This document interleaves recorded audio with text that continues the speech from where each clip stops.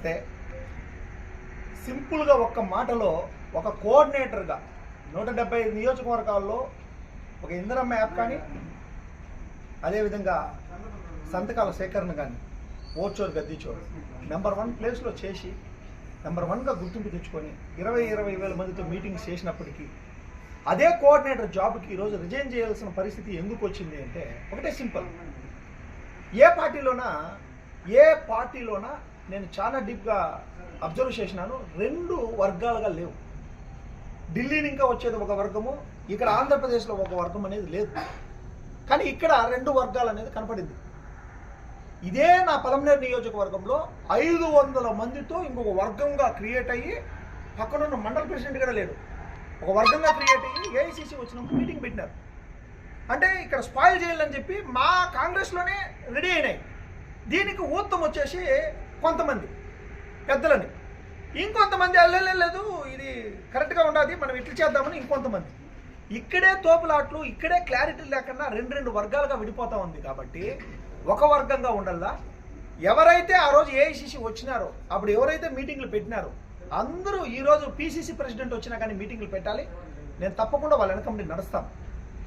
ఇంత బలంగా వచ్చేసిందన్న నేను కష్టపడి పనిచేసిన వ్యక్తిని ఈరోజు రిజైన్ చేస్తానంటే 2 వర్గాలు ఉండకూడదునని.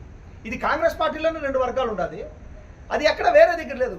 ఇక్కడ వెంకటేగౌడ్ గారు ఫిక్స్డ్, వెంకటేగౌడ్ గారు ఉండారప్ప తప్పకుండా వచ్చేసి ఏది మన వైఎస్ఆర్సీపీకి, మన ఎవరు అమర్నాథ్ రెడ్డి గారు ఉన్నారు మన దేనికి టీడీపీకి, అవునా కదా. ఇంకా శివశంకర్ గారు ఉంటారు కాంగ్రెస్కి. బట్ శివశంకర్ గారు ఉండారు కాంగ్రెస్కి లేదు, ఇంకొక వర్గం ఉంటుంది ఇక్కడ.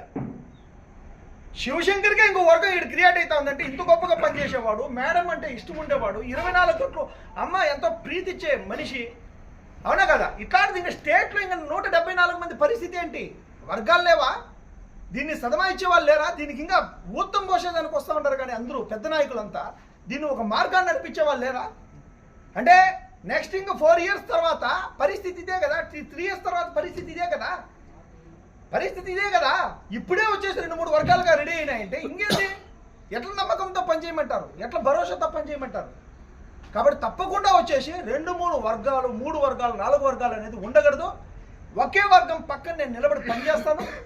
తప్పకుండా ఒకే వర్గంగా కాంగ్రెస్ పార్టీ పోవాలని చెప్పిన ఒక సదుద్దేశంతో నేను ఎమ్మెల్యే క్యాండిడేట్గా, ఒక కోఆర్డినేటర్గా ఈరోజు వచ్చి నేను రిజైన్ చేస్తాను. బట్ కాంగ్రెస్ పార్టీలో తప్పకుండా ఉంటాను.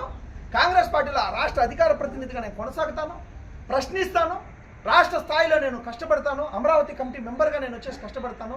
నేను కాంగ్రెస్ పార్టీలో తప్పకుండా కంటిన్యూ అవుతాను. కానీ 2 వర్గాలు ఉండకూడదని చెప్పి ఒకే వర్గం ఉండాలని చెప్పి తప్పకుండా వచ్చేసి నేను తప్పుకుంటా ఉన్నాను. ఒక వర్గంగా అందరూ ఏర్పడి ఒక వర్గంగా నడుస్తాం. నేను 2 వర్గాలు మాత్రం ఒప్పుకునే ప్రసక్తే లేదు, ఒక వర్గంగానే పోవాలి. అది ఎవరైనా సరే ఎమ్మెల్యే టికెట్ తీసుకున్నప్పుడు వాళ్ళ క్యాపబిలిటీ వాళ్ళది, వాళ్ళ శక్తి సామర్థ్యం వాళ్ళది. కానీ ఈ మధ్యలోనే పోట్లాడుకుని అంటే కాంగ్రెస్ పార్టీ ఇంప్రూవ్మెంట్ కాదు. దీనికి సిడబ్ల్యూసి, ఏఐసిసి అందరూ మొత్తమును ఒకటి కావాలా, పిసిసి ప్రెసిడెంట్తో సహా అందరూ ఒకటై దీన్ని ఈ మొత్తం స్టేట్ మొత్తం మెసేజ్ ఇవ్వాలని చెప్పి ఈ ప్రెస్ మీట్ ఉద్దేశం. వీళ్ళందరూ ఒకటే, మేమందరూ ఒకటే అని చెప్పని కాంగ్రెస్ పార్టీకి చెప్పిన రోజు ఐఎమ్ రెడీ. కన్ఫ్యూజన్స్ వద్దు. 6వ తేదీ షర్మిలమ్మ 6వ తారీఖు షర్మిలమ్మ గారు వస్తూ ఉంటారు. 6వ తారీఖు షర్మిలమ్మ గారు వస్తూ ఉంటారు. ఆల్రెడీ వచ్చేసిందన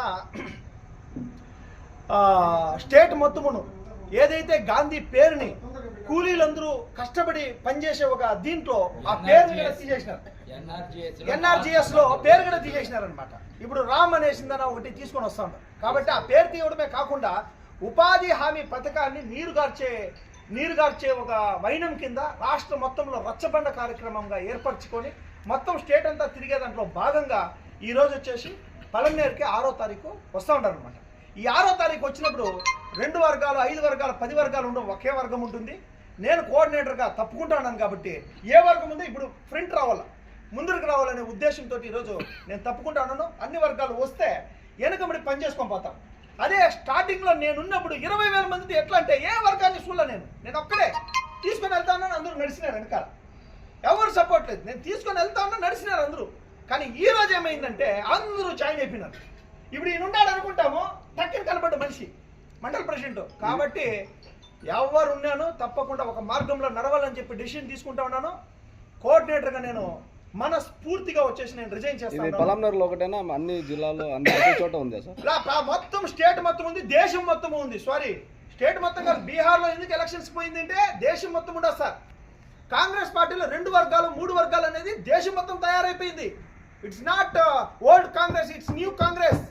ఇది బీవీఎం శివశంకర్ ఉండే కాంగ్రెస్, ఇది శర్మిలారెడ్డి గారు ఉండే కాంగ్రెస్, ఇది రేవంత్ రెడ్డి గారు ఉండే కాంగ్రెస్, ఇది సిద్ధరామయ్య డీకే శివకుమార్ గారు కొత్తూరు మంజు గారు ఉండే కాంగ్రెస్. కాబట్టి తప్పకుండా దీంట్లో రెవల్యూషన్ తీసుకొస్తాం, దీంట్లో మార్పులు తీసుకొస్తాం. మేము పదవి ఉందని చెప్పని ఆటాడి వచ్చాము, పదవిని ఇంకా తప్పుకుని తాట తీస్తాం. తప్పకుండా వర్క్ చేసే వాళ్ళకి ప్రాధాన్యత కల్పిస్తాం. మాకు పదవులు మోజు లేదు. పదవులే మాకు కావాలనుకోండి అంటే ఇంకా పదవులు వెనకాల పాకలాడేవాళ్ళం. పదవులే కావాలనుకుంటే జనసేనలోనో లేదా ఇంకో దాంట్లో ఎన్నో పార్టీలు ఉన్నాయి. నా కాంగ్రెస్ పార్టీలో ఎందుకు వచ్చినామంటే కొన్ని సిద్ధాంతాలు ఉన్నాయి. తప్పకుండా కాంగ్రెస్ పార్టీలో కొనసాగుతాం, కంటిన్యూ అవుతాం. బట్ ఒక వర్గంగా తీసుకొని పోవాలి. కాంగ్రెస్ పార్టీలో ఒక వర్గంగా తీసుకొని పోవట్లేదు సార్ దేశం మొత్తం. ఇదేదో ఏఐసిసి అంటారు, సిడబ్ల్యూసి అంటారు, పిసిసి అంటారు, 5 వర్గాలు క్రియేట్ చేస్తారు. శర్మిలమ్మ మీద అబాండాలు వేస్తారు, లేదా పిసిసి మీద వీళ్ళు వేస్తారు, లేదా గందరగోళంగా ఉంది. నో, గందరగోళం అనేది వద్దు. క్లారిటీగా మాట్లాడుతా ఉన్నాం, ఎమోషన్స్ లేవు. పర్ఫెక్ట్గా అర్థం చేసుకోండి. దయచేసి ఒక ట్రాక్ తీసుకురండి. ఏఐసిసి లెవెల్లో, సిడబ్ల్యూసి మెంబర్ లెవెల్లో పిసిసి మెంబర్ని కన్న బూతులు తిడితే సిడబ్ల్యూసి మెంబర్లు వచ్చి జడ్జ్ చేసుకొని ఫోటో దిగుతారు. అంటే జగన్మోహన్ రెడ్డి గారిని తిడితే ఆ పార్టీలో వచ్చేసి పక్కన పోయి ఫోటో దిగింది ఏడన్నా చూసినారా ప్రపంచంలో? అంటే ఇది ఏం ఇంటిమేషన్ అనేది నేను అడుగుతా ఉన్నాను. ఎవరి మీద నాకు అపోహలు లేవు. సిడబ్ల్యూసి అందరితో నేను క్లోజ్గా ఉన్నానండి. నాకేం లేదు కదా, నాకు పదవులు కరెక్ట్గా ఉన్నాయి కదా. నాకేమైనా పదవికి దోకా ఉందా? నేను కదా పదవికి రాజీనామా చేస్తా ఉన్నాను. పిసిసి గారిని తిట్టుకనే తిట్టినాడు ఒక ఆయన, అవునా కదా సార్? తిడితే సిడబ్ల్యూసి మెంబర్లు హాయిగా ఫోటో తీసుకొని మంచిగా వచ్చేసా కూర్చోదైనా అంటే, అరే చంద్రబాబు నాయుడు గారిని తిట్టి నువ్వు పార్టీలో బతుకుతావా? అరే నువ్వు జగన్మోహన్ రెడ్డి గారిని తిట్టి ఆ పార్టీలో ఉండేకైతుందా? ఇప్పుడున్న స్పీకర్ పరిస్థితి చూసినారు కదా. లాస్ట్ టైం జగన్మోహన్ రెడ్డి గారికి యాంటీ అయితే అది ఏదన్నా కానీ పార్టీ అన్నాక PCC president is similar. I'm same contact. YS Rajasekhara Reddy బిడ్డ ఏమంటే ప్రధానమంత్రి అర్హత ఉందండి ఎమ్మికి. మా పార్టీ వాళ్ళు ఒప్పుకోవాలి కదా, మా పార్టీ వాళ్ళు ఒప్పుకోవాలి, కాంగ్రెస్ పార్టీ ఒప్పుకోవాలి. PCC president is final. ఆయమ్మ దీంట్లో నడుస్తామని చెప్పి సిడబ్ల్యూసి అందరూ వెనకాల నిలబడాలి. పెద్దవాళ్ళందరూ వెనకాల నిలబడితే అప్పుడు కాంగ్రెస్ పార్టీ బాగుపడుతుంది, అన్ని రాష్ట్రాల్లోనే బాగుపడుతుంది. ఒక కూటంగా ఉండాల. కర్ణాటక ఉంది, కర్ణాటకలో ఉంటే పక్కనుండే ఎమ్మెల్యేలు రావాలి ఇక్కడికి. పోయి ఒకరితో చేయి గడిపేసి పక్క పార్టీ వాళ్ళతో కూర్చొని పక్క పార్టీలతో కహానీలు కాదు. కావాల్సింది కాంగ్రెస్ పార్టీ అండి. ఇక్కడ ఉండే ఎమ్మెల్యే క్యాండిడేట్తో కలగండి. కర్ణాటకలో ఉండే ఎమ్మెల్యే క్యాండిడేట్స్ పక్క పార్టీ వాళ్ళతో ఏంటండి కలవడం? ఏమి ఇంటిమేషన్ ఇస్తూ ఉంటారు? కాంగ్రెస్ పార్టీలో ఉండుకొని పక్కలో ఉంది కర్ణాటక, అవునా కదా సార్? కర్ణాటక ఎమ్మెల్యే క్యాండిడేట్ ఈడికి రావాలి కదా, ఈడి కదా మాట్లాడాలా. ఇది కదా వాళ్ళకి ఇష్టం లేదా? ఇది కాదు. ఇప్పుడు రేవంత్ రెడ్డి గారు ఉన్నారు, రేవంత్ రెడ్డి గారు ఫ్లైట్ వేసుకొని వచ్చినారు ఇక్కడికి. అరే ఫ్లైట్ దగ్గర ఒక్క కాంగ్రెస్ వాళ్ళు లేరు, ఎందుకు టీడీపీ వాళ్ళు ఉన్నారు? నో, ఇది తప్పకుండా వచ్చేసి కాంగ్రెస్ పార్టీ బాగుపడాలంటే పక్కనుండే రాష్ట్రాలు కూడా శర్మిలమ్మ గారు సహకరియాలా, మాలాంటి వాళ్ళందరికీ సహకరించాలా. ఒక పిసిసి ఇచ్చిండే ఒక గౌరవమైన పోస్ట్లో ఉన్నాను నేను. రాష్ట్ర అధికార ప్రతినిధి, నా వాయిస్ చెల్లుతుంది. రాష్ట్ర అధికార ప్రతినిధి నన్ను సస్పెండ్ చేసినా పర్వాలేదండి, అవకతవకల పైన నేను మాట్లాడతాను. నేను సస్పెండ్ చేసేంత మూర్ఖునేం కాదు. కాంగ్రెస్ పార్టీలోనే ఉంటాను, కాంగ్రెస్ పార్టీలో వెళ్తాను, కాంగ్రెస్ పార్టీలో నేను ముందరికి వెళ్తాను. ఫస్ట్ టైం నేను ఈ విధంగా మాట్లాడుతూ ఉన్నాను. అవకతవకలన్నీ కరెక్ట్ చేసుకోవాల్సిన పరిస్థితి ఉంది. ఇది అందరూ దృష్టికి పోవాలా. నేను ఆల్రెడీ 5, 6 టైమ్స్ 10 టైమ్స్ నేను తీసుకొని పోయినాను. లాస్ట్ టైం నేను చిత్తూరు మీటింగ్లో కూడా మాట్లాడినాను. కానీ దీన్ని తప్పకుండా ఇది ఇండియన్ లెవెల్లో రాహుల్ గాంధీ గారి లెవెల్లో ఇది ఆలోచన చేయాల్సిన పాయింట్. తప్పకుండా దీన్ని కన్సన్ట్రేషన్ చేస్తారని చెప్పి మనస్ఫూర్తిగా భావిస్తూ ఉన్నాను. ఇది అన్ని ఛానల్స్ వాళ్ళు ప్రజెంటేషన్ చేయండి దయచేసి. ఇండియాలో కాంగ్రెస్ పార్టీ బాగుండాలంటే నేను మాట్లాడిన ఈ మాటలు తప్పకుండా వచ్చేసి అన్ని ఛానల్స్లో వస్తే ఇది పిసిసి గారు వినాలి. ప్రతి పాయింట్ లాస్ట్ ఎండ్ వరకు ఈ సిడబ్ల్యూసి మెంబర్స్ వినాలి, ఇది అందరూ వినాలి. మేము ఇంత గొప్పగా కమిట్మెంట్తో పనిచేసినప్పుడు మాకు ఒక భరోసా కావాలి. కాంగ్రెస్ పార్టీలో నమ్మకం కావాలి సార్. నమ్మకం ఉంటే ఎంత దూరమైనా మేము ఢీ కొడతాం. 60 లక్షల కారు పీసీఎస్ పగలగొడతో కుప్పంలో మళ్ళీ రెడీ చేసుకొని వచ్చి మేము ముందర పెట్టినాం చూడండి. ఇదే కారులో మేము క్యాన్వాస్లో వెళ్తా ఉంటే ఒక ఆమె పోలీస్ స్టేషన్ ముందరే కారు కింద పడి చనిపోయి మా చిన్నోడు తోలుతా అంటే ఎట్లా పోలీసు వాళ్ళందరూ చూసి అయ్యో ఆయనది మిస్టేక్ అని చెప్పారు కాబట్టి సరిపోయి. కాన్వాయ్లో వెళ్తా ఉంటే అన్న సాక్షి ఒక మనిషి చచ్చిపోయింది కారు కింద పడి, ఆడమే 2 రోజులు ట్రీట్మెంట్ ఇచ్చిన బతకలా. అయినా పోలీసు వాళ్ళందరూ సహకరించి మీదేం తప్పలేదురా అయినా మేము చూసినాం మా పోలీస్ స్టేషన్ ముందరే జరిగింది అని చెప్పని రెడీ చేసుకుంటే 2 బిడ్డలు దత్తత తీసుకొని ఇన్సూరెన్స్ లో ఇన్సూరెన్స్ ఎవరో వస్తే ఏఐసిసి మెంబర్స్ వస్తే మేము కష్టపడినాం అవునా కదా.